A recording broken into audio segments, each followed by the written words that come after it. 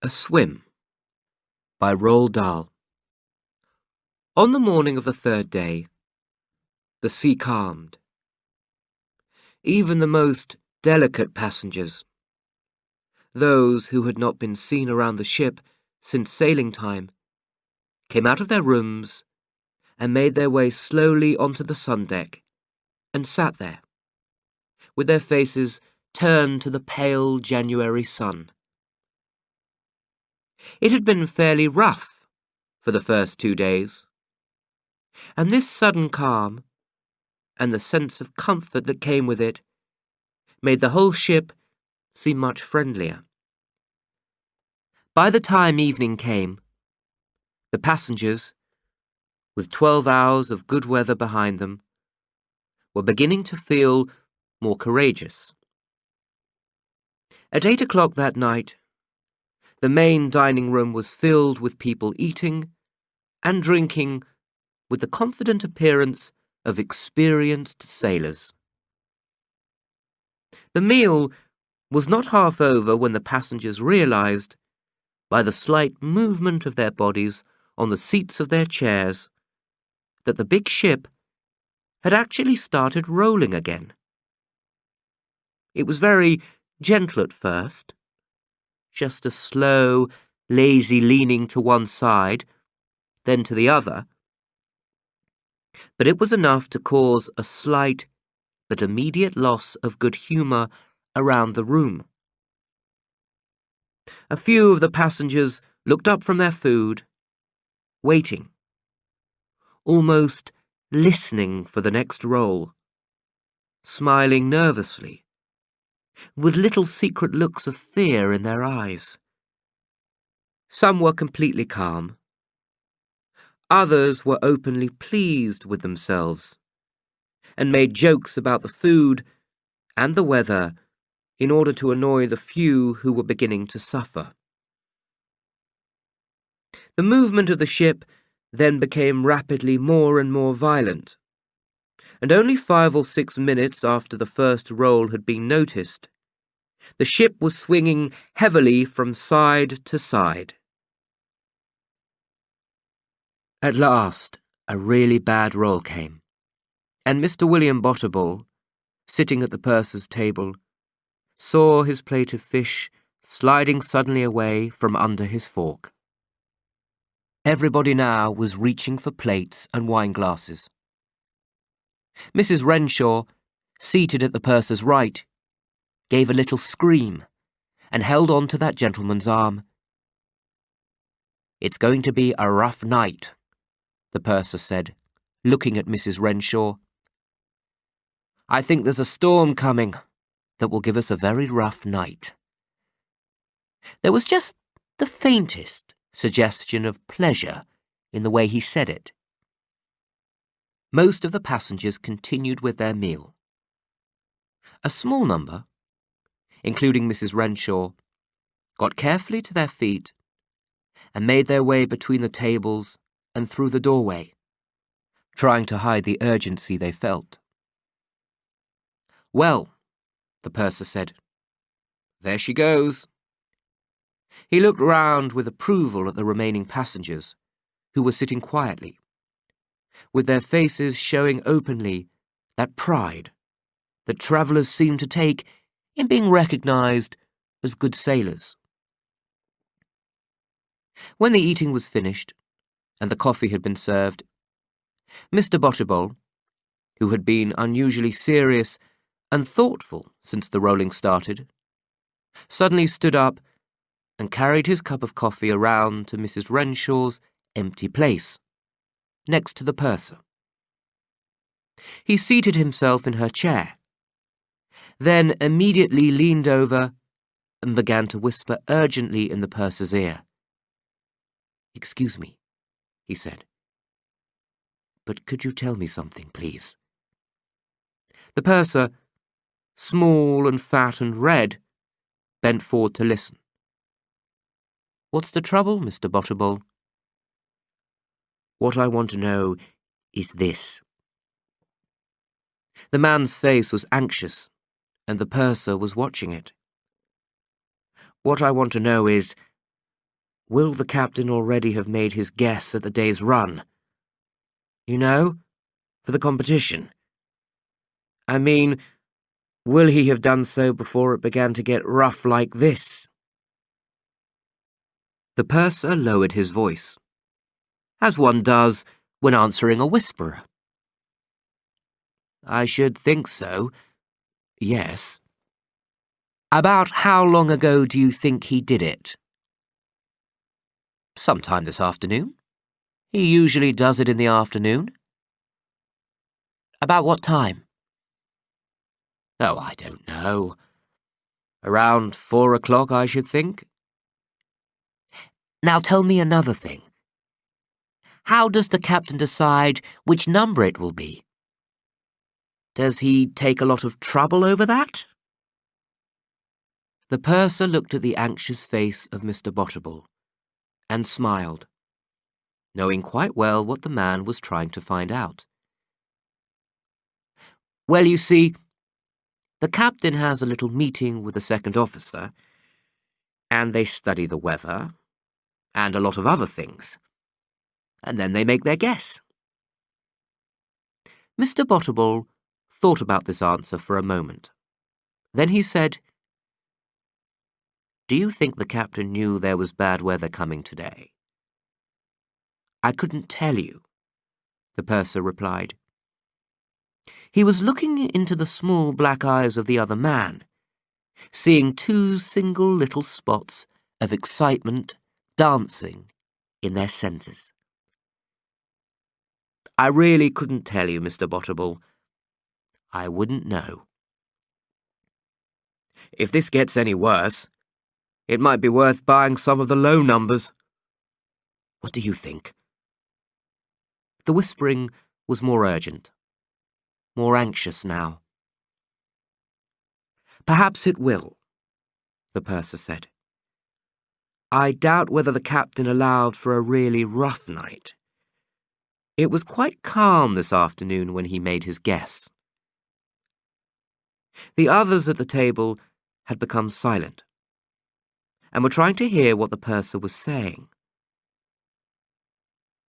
Now, suppose you were allowed to buy a number. Which one would you choose today? Mr. Bottleball asked. I don't know what the range is yet, the purser patiently answered. They don't announce the range until the auction starts after dinner. And I'm really not very good at it, in any case. I'm only the purser, you know.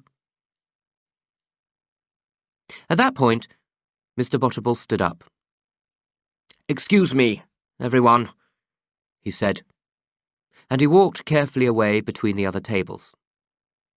Twice he had to catch hold of the back of a chair to steady himself against the ship's roll. As he stepped out onto the sun deck, he felt the full force of the wind. He took hold of the rail and held on tight with both hands, and he stood there looking out over the darkening sea where the great waves were rising up high. Quite bad out there, isn't it, sir? Said a waiter as he went back inside again. Mr. Bottleball was combing his hair back into place with a small red comb. Do you think we've slowed down at all because of the weather? He asked. Oh, yes, sir. We've slowed down a great deal since this started. You have to slow down in weather like this, or you'll be throwing the passengers all over the ship. Down in the smoking room, people were already arriving for the auction. They were grouping themselves politely around the various tables. The men a little stiff in their dinner jackets, a little pink beside their cool, white-armed women. Mr. Bottleball took a chair close to the auctioneer's table. He crossed his legs, folded his arms, and settled himself in his seat with the appearance of a man who has made a very important decision and refuses to be frightened. The winner, he was telling himself, would probably get around $7,000. That was almost exactly what the total auction money had been for the last 2 days, with the numbers selling for about 300 or 400 each. As it was a British ship, the auction would be in pounds. But he liked to do his thinking in dollars, since he was more familiar with them.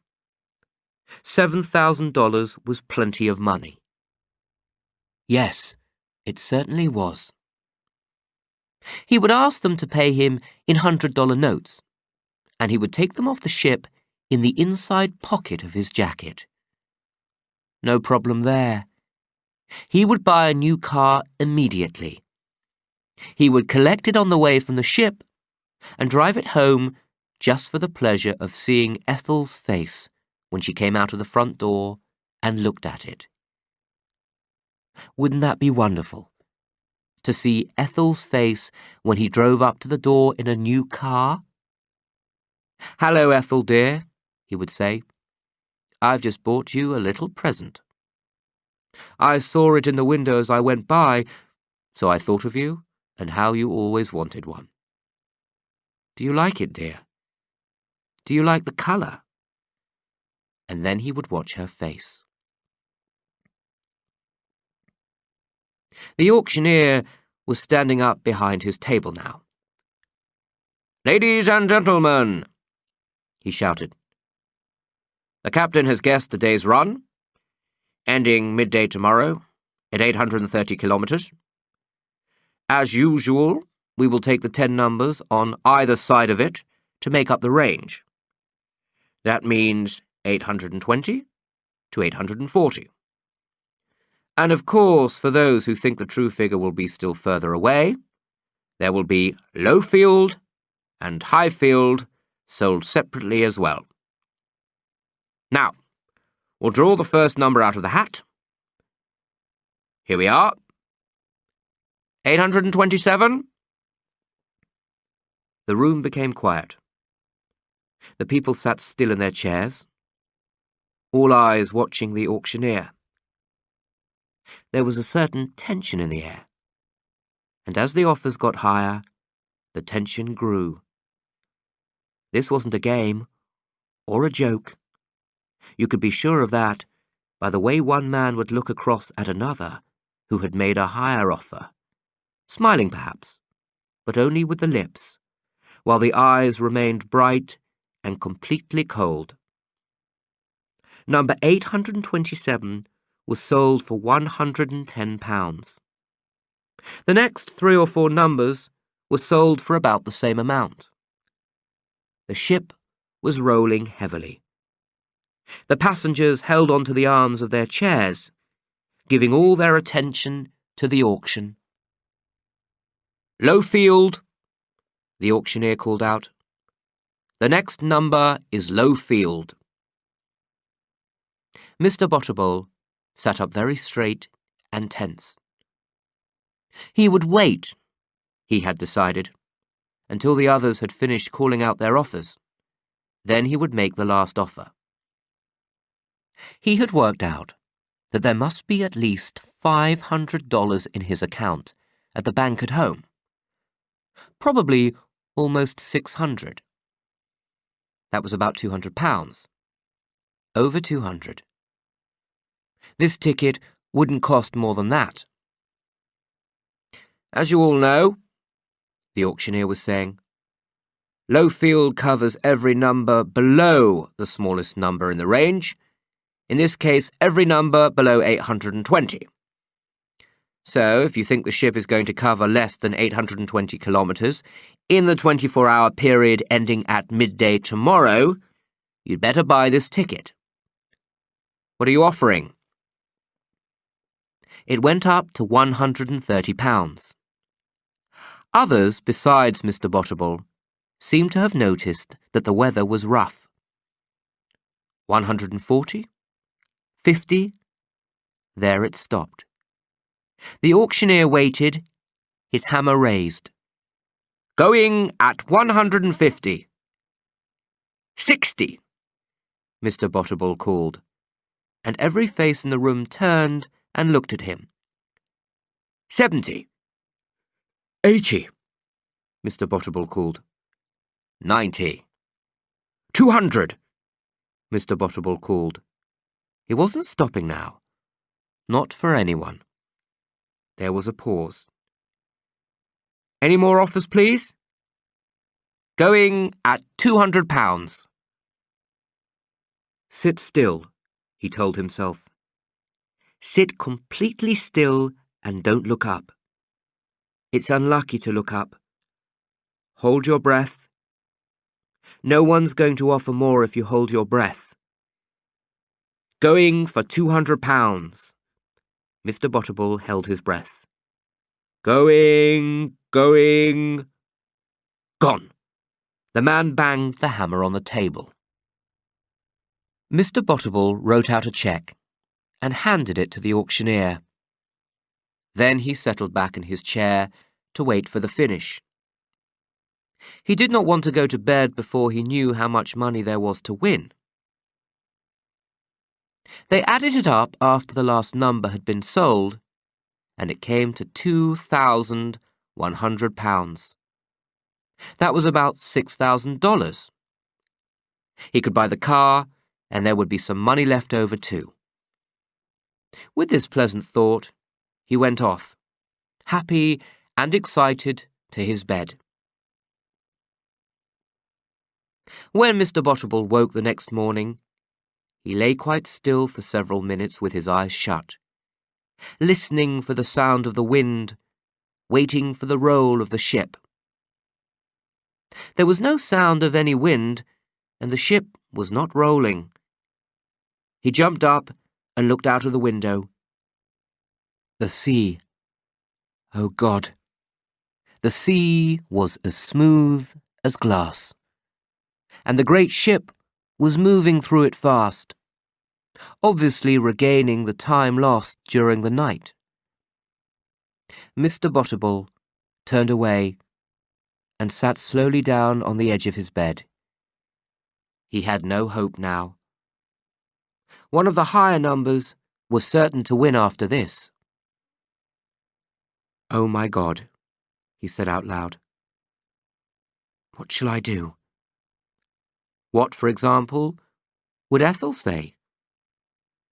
It was simply not possible to tell her that he had spent almost all of their 2 years' savings on a ticket in a ship's competition.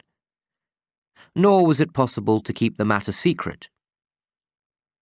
To do that, he would have to tell her to stop writing cheques. And what about the monthly payments on the television set? Already, he could see the anger in the woman's eyes, the blue becoming grey, and the eyes themselves narrowing, as they always did when there was anger in them. Oh my God. What shall I do? It was no use pretending that he had the slightest chance now, not unless the ship started to go backwards. It was at this moment that an idea came to him, and he jumped up from his bed, extremely excited, ran over to the window, and looked out again. Well, he thought, why not? Why ever not? The sea was calm, and he would have no difficulty in swimming until they picked him up. He had a feeling that someone had done something like this before, but that did not prevent him from doing it again. The ship would have to stop and lower a boat, and the boat would have to go back perhaps 1 kilometre to get him, and then it would have to return to the ship. That would take about an hour. An hour was about 48 kilometres. The delay would reduce the day's run by about 48 kilometres. That would do it. Lowfield would be sure to win then. Just so long as he made certain that someone saw him falling over the side. But that would be simple to arrange. And he had better wear light clothes. Something easy to swim in. Sports clothes. That was it. He would dress as if he were going to play deck tennis. Just a shirt and a pair of shorts and tennis shoes. What was the time? 9:15. The sooner, the better then. He would have to do it soon because the time limit was midday. Mr. Bottleball was both frightened and excited when he stepped out onto the sun deck in his sports clothes. He looked around nervously. There was only one other person in sight, a woman who was old and fat. She was leaning over the rail, looking at the sea. She was wearing a heavy coat, and the collar was turned up, so Mr. Bottleball couldn't see her face. He stood still, examining her carefully from a distance. Yes, he told himself, she would probably do. She would probably call for help just as quickly as anyone else. But wait 1 minute. Take your time, William Bottleball. Take your time. Remember what you told yourself in your room a few minutes ago when you were changing? The thought of jumping off a ship into the ocean hundreds of kilometers from the nearest land had made Mr. Bottleball, always a careful man, unusually so. He was not yet satisfied that this woman in front of him was sure to call for help when he made his jump. In his opinion, there were two possible reasons why she might not. First, she might have bad hearing and bad eyesight. It was not very likely, but on the other hand, it might be so. And why take a chance? All he had to do was to check it by talking to her for a moment. Second, the woman might be the owner of one of the high numbers in the competition. If so, she would have a very good financial reason for not wishing to stop the ship. Mr. Bottleball remembered that people had killed for far less than $6,000. It was happening every day in the newspapers. So why take a chance on that either? He must check it first and be sure of his facts. He must find out about it by a little polite conversation. Then, if the woman appeared to be a pleasant, kind human being, the thing was easy, and he could jump off the ship without worrying.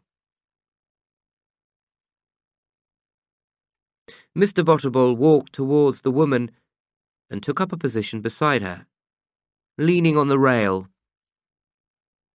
"Hello," he said pleasantly. She turned and smiled at him. A surprisingly lovely smile, almost a beautiful smile, although the face itself was very plain. "Hello," she answered him. And that, Mr. Bottleball told himself, answers the first question. Her hearing and eyesight are good. "Tell me," he said, "what did you think of the auction last night?" "Auction?" she asked. "Auction? What auction?" "You know, that silly thing they have after dinner.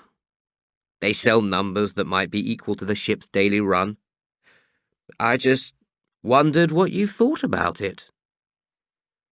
She shook her head, and again she smiled, a sweet and pleasant smile. "I'm very lazy," she said. "I always go to bed early. I have my dinner in bed. It's so restful to have dinner in bed." Mr. Bottleball smiled back at her and began to walk away. "I must go and get my exercise now," he said. "I never miss my exercise in the morning. It was nice seeing you. Very nice seeing you. He took a few more steps, and the woman let him go without looking around. Everything was now in order. The sea was calm. He was lightly dressed for swimming. There were almost certainly no man-eating fish in this part of the Atlantic. And there was this pleasant, kind old woman to call for help. It was now only a question of whether the ship would be delayed for long enough to help him win. Almost certainly it would. Mr. Butterball moved slowly to a position at the rail about 18 meters away from the woman. She wasn't looking at him now. All the better. He didn't want her to watch him as he jumped off. So long as no one was watching, he would be able to say afterwards that he had slipped and fallen by accident. He looked over the side of the ship. It was a long, long drop. He might easily hurt himself badly if he hit the water flat. He must jump straight and enter the water feet first. It seemed cold and deep and grey, and it made him shake with fear just to look at it. But it was now or never. Be a man, William Butterball. Be a man. All right then. Now. He climbed up onto the wide wooden rail and stood there, balancing for 3 terrible seconds. Then he jumped up and out as far as he could go, and at the same time he shouted, "Help! Help! Help!" he shouted as he fell. Then he hit the water and went under. When the first shout for help sounded, the woman who was leaning on the rail gave a little jump of surprise. She looked around quickly and saw, sailing past her through the air, this small man dressed in white shorts and tennis shoes, shouting as he went. For a moment, she looked as if she were not quite sure what she ought to do. Throw a lifebelt? Run away and find help? Or simply turn and shout?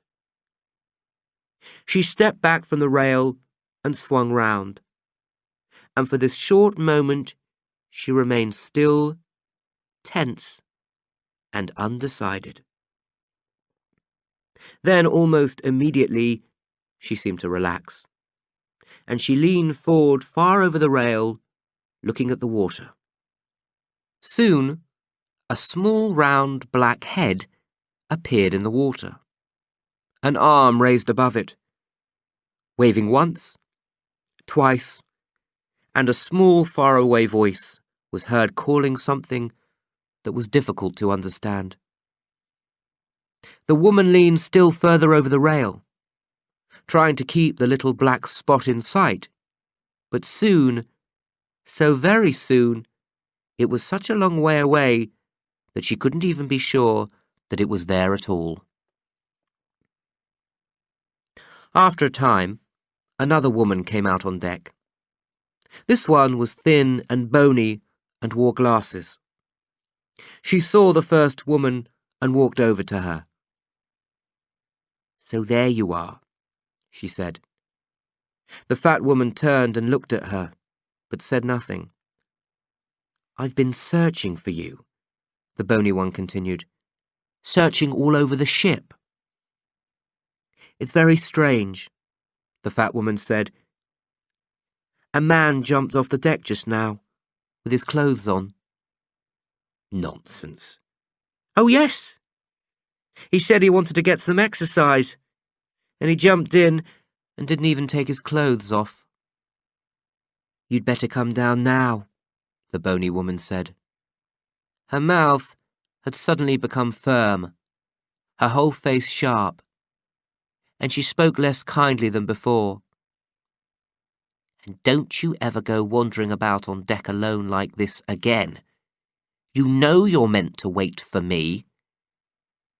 "Yes, Maggie," the fat woman answered, and again she smiled, a kind, trusting smile, and she took the hand of the other one and allowed herself to be led away across the deck.